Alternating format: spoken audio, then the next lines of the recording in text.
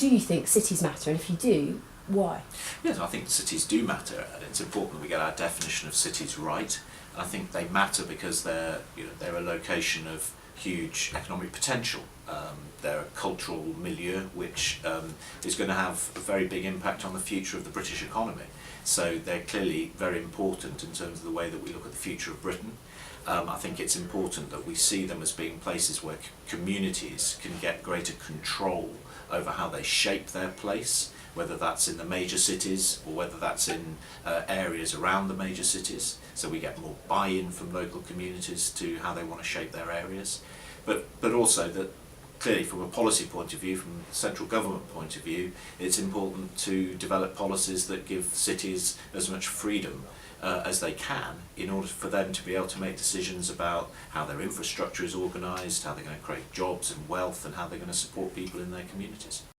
One of the really interesting points you made is some things are really local, and actually some things are a bit bigger than local. When you talk to your constituents in their day-to-day lives, is there a mix of local things that need to be dealt with locally, and then other things that need to be dealt with at a bigger level, or even nationally? Yeah, I think that's clearly there's lots of local things. It can be road maintenance, it can be very basic infrastructure things. For example, recently with some of the flooding issues, it can be how Environment Agency, local authorities and residents are working together in order to solve some local flooding problems. Clearly that needs to be at a particular spatial level, as we would call it, and my strong belief is that needs to be done at a very, very local level. But clearly there's a whole raft of issues which need to be dealt with at a more strategic level.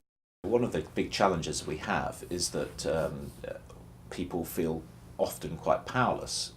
They might see some issue in their local community to do with litter, to do with the environment, to do with local roads and buses, as you say, which gives them a sense of frustration that somehow there's something happening over which they have no control. It's a decision taken remotely from them. So the more that we can flip that, the more that we can get them involved in decision making, the more that they can be thinking about their place in whatever way that might mean to them, I think the greater progress that we will make.